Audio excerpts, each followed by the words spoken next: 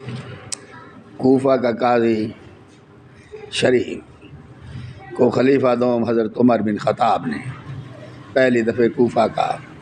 قاضی مقرر کیا، اور وہی حضرت عثمان رضی اللہ عنہ تعالیٰ، حضرت علی رضی اللہ عنہ تعالیٰ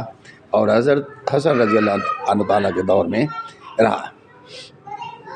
وہی قاضی رہا۔ جب حضرت مسلم بن عقیل ہانی بن عروہ کے گھر میں مقیم تھے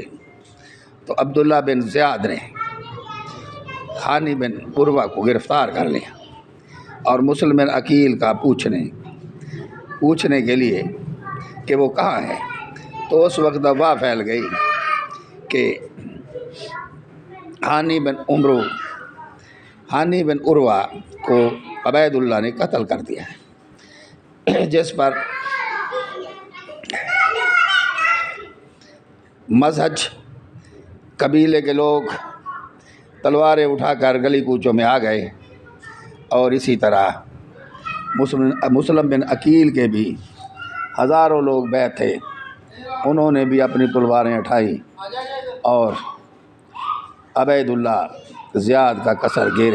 لیا۔ اس وقت قریب تھا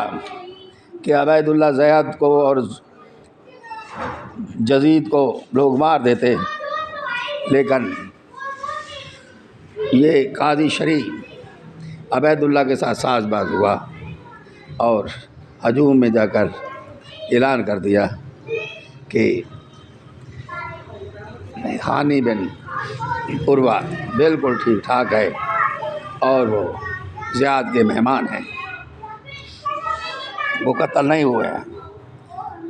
اور اس پر لوگ اس کی بات مان کر اپنے اپنے گھروں کو چلے گئے اور سارا مجمع منتشر ہو گیا، لیکن قاضی شریع نے سچ بات نہیں کہی کہ ہانی کو زخم کر کے ابن زیاد نے قید میں کر رکھا ہے۔ جو لوگ منتشر ہوئے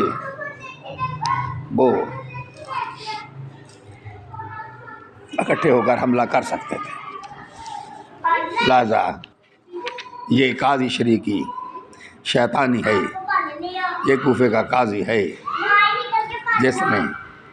جھوٹ بول کر یزید اور عبید اللہ زیاد کو بچایا اور ہانی بن عروہ اور مسلم بن عقیل کو گرفتار کروایا، اور بعد میں ان کے ساتھ جو ہوا تاریخ گواہ ہے۔ یہ قاضی شریع ہے، یہ قاضی شریع ہے، یہ قاضی شریع کوفہ کا قاضی ہے، جھوٹا، مکار، سازشی اور یزید کا دوست، لائن۔